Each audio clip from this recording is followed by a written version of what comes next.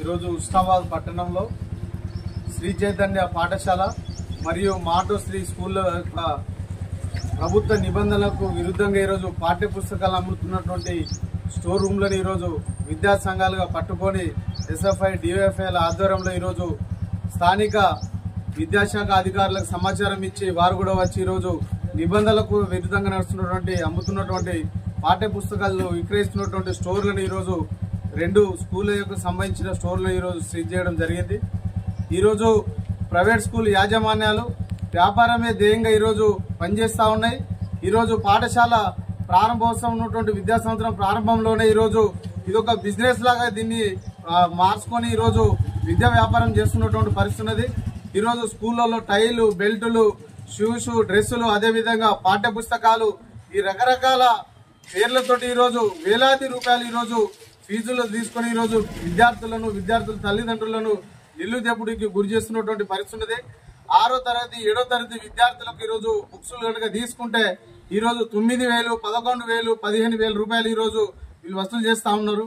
ఈరోజు అవే బుక్లు బయట తీసుకుంటే 5-6 వేలకు ఈరోజు ఆ బుక్స్ లని కూడా దొరికే పరిస్థితి ఉన్నది. కానీ ఆ బుక్స్ యొక్క సిరీస్లు వీళ్ళ స్కూల్ కు సంబంధించిన సిరీస్లు మరెక్కడ దొరకకుండా వాటిని వీళ్ళే స్వతహాగా ప్రింట్ చేయించి ఆ బుక్కులు బయట ఎక్కడ దొరకకుండా వీళ్ళు అమ్ముతేనే తీసుకోవాలి, లేకుండా బయట ఎక్కడ మీకు దొరకాయని చెప్పేసి వాళ్ళు విద్యార్థుల తల్లిదండ్రులకు చెప్పడం ద్వారా గత్యంతరం లేక వీళ్ళ దగ్గరనే తీసుకోవడం జరిగింది. కానీ ఆ బుక్లు అన్నింటినీ కూడా ఈరోజు ఎంఆర్పి కంటే అధిక ధరలకు అమ్మిస్తూ ఈరోజు అమ్ముకుంటూ ఈరోజు విద్యను వ్యాపారంగా చేస్తున్నటువంటి పరిస్థితి ఉంది. కాబట్టి ఈ నిబంధనలకు విరుద్ధంగా నడుస్తున్నటువంటి ఈ 2 స్కూళ్లను తక్షణమే మూసివేయాలని చెప్పేసి డిమాండ్ చేస్తాను.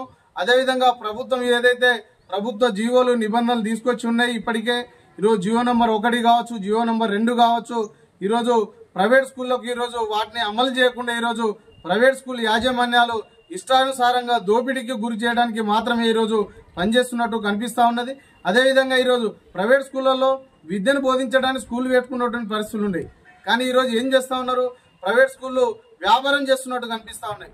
అంటే బుక్ స్టాల్లో రోడ్ మీద దొరికేటువంటి ప్రతి ఒక్క వస్తువు కూడా ఈరోజు స్కూళ్లలో దొరికేటట్టు ఏర్పాటు చేసుకోవడం జరుగుతూ ఉంది.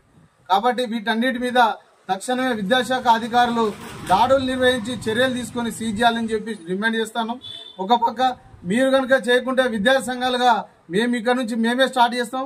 ఈ స్కూళ్ల మీద భౌతికంగా కానీ ఈరోజు ప్రత్యక్షంగా పరోక్షంగా ఆందోళన కార్యక్రమాలు నిర్వహించి ఆయా స్కూళ్లకు మూసివేయేంత వరకు విద్యార్థి సంఘాల ఎస్ఎఫ్ఐ డిఎఫ్ఐ ఆధ్వర్యంలో ఈరోజు ఆందోళన కార్యక్రమాలు చేపడతామని చెప్పి హెచ్చరిస్తాను.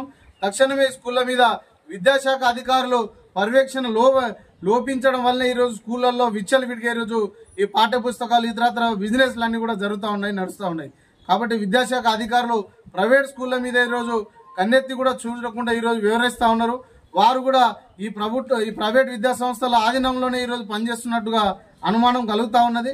కాబట్టి ప్రైవేట్ స్కూళ్ల మీద కూడా విద్యాశాఖ అధికారులు దాడులు నిర్వహించాలి, తనిఖీలు చేయాలని చెప్పేసి విద్యార్థి సంఘాలుగా డిమాండ్ చేస్తా ఉన్నాం.